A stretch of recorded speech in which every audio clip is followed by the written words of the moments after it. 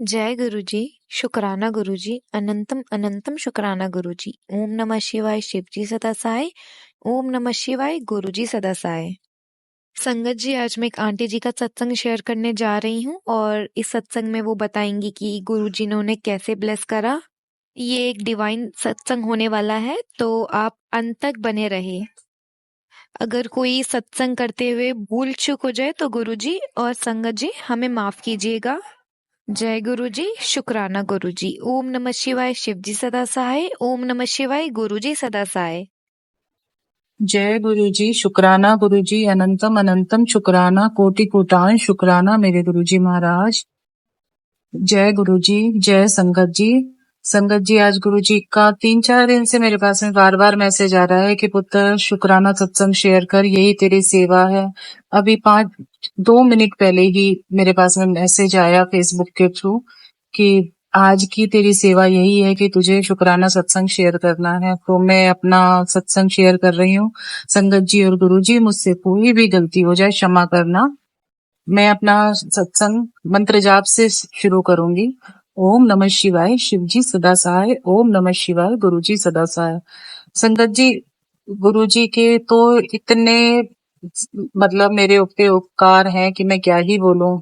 इसके जितना बोलो कमी है। पर गुरुजी ने थोड़ा छोटा सा अपना सत्संग शेयर करना चाहूंगी कि मेरा को मतलब है ना, मेरे हस्बैंड बाहर भोपाल में जॉब जॉब करते हैं। मेरे मेरे को ये था कि मैं दिल्ली में रहती हूँ, तो मुझे था कि है ना, मैं गुरुजी का बर्थडे आने वाला है, तो गुरुजी का बर्थडे यहीं दिल्ली में मना के, क्योंकि यहाँ पे मैं सबको जानती हूँ, तो यहाँ पे मैं किसी सत्संग में जाऊंगी और उसी के बाद में फिर मैं हस्बैंड के पास चली जाऊंगी, क्योंकि अभी मेरे बेटे की भी वेकेशन है। तो हस्बैंड बोल रहे थे कि तुम लोग वहां पे खाली हो तो यहीं आ जाओ।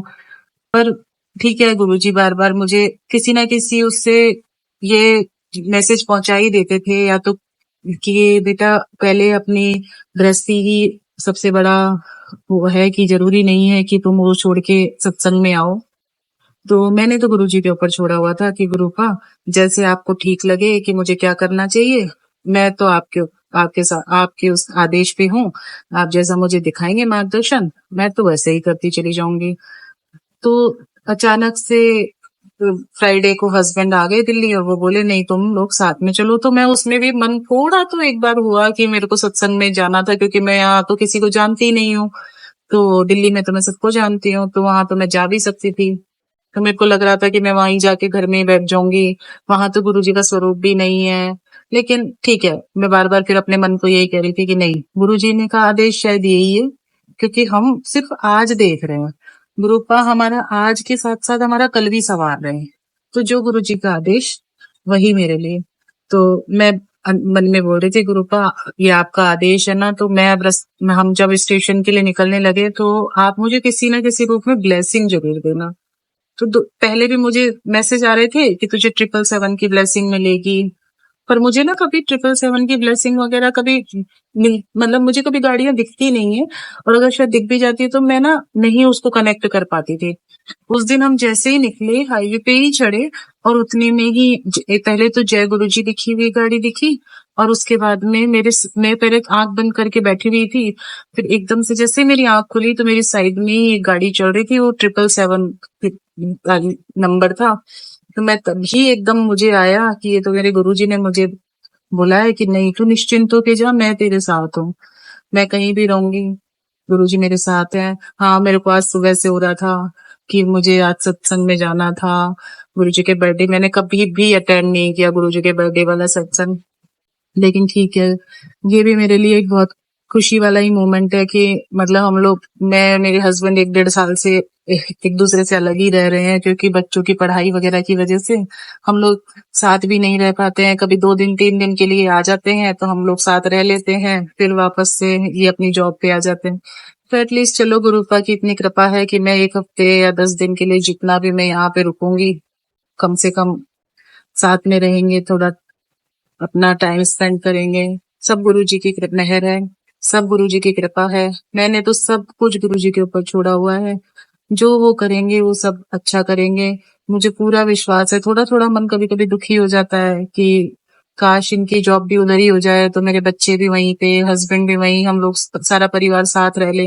लेकिन फिर मैं अपने मन को यही समझाती हूँ कि नहीं, गुरुजी महाराज ने मेरा कल देखा है, वो आज के साथ मेरा कल भी संवार रहे हैं, इसीलिए वो कुछ कर रहे हैं। जो वो कर रहे हैं, जो जैसा करेंगे, सब अच्छा करेंगे। गुरुपा अपनी कृपा और अपनी दया इसी तरीके से मेरे परिवार पे बनाए रखना। गुरुजी महाराज, मेरी आपसे एक अरदास है। मेरा छोटा भाई अपने बिजनेस को लेके बहुत परेशान है गुरुजी महाराज। मैंने उसको भी आपसे बोला है कि आपकी संगत में आए। वो धीरे धीरे आ रहा है, पर वो अभी इतना कनेक्ट नहीं कर पा रहा, या जो भी है मुझे नहीं पता। गुरुपा उस पे अपनी कृपा करो, उसको अपनी संगत में शामिल होने का मौका दो गुरुजी महाराज, उसके बिजनेस को संभालो। गुरुपा, उसका उसका घर परिवार है, वो बहुत परेशान है। वो मुझे तो कभी भी नहीं बोलता, आज मुझे मम्मी के जरिए ही पता चला। आज मेरी मम्मी भी बहुत परेशान हो रही थी। वो बोल रही थी कि उसका बिजनेस कभी भी ढंग से चल ही नहीं पाता, थोड़ा बहुत ठीक चलता है, पता नहीं गुरुपा।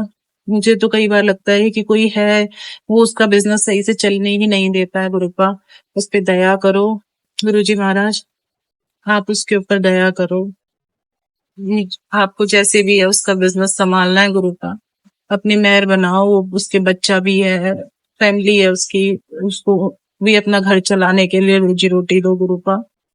गुरुपा, अपनी मेहर बनाए रखना मेरे गुरुजी महाराज, मेरे पूरे परिवार पे अपनी मेहर बनाए रखना। ओम नमः शिवाय। शिव जी सदा सहाय। ओम नमः शिवाय। गुरु जी सदा सहाय। संगत जी और गुरु जी, मुझसे कोई भी त्रुटि हुई हो उसे क्षमा करना भगवान।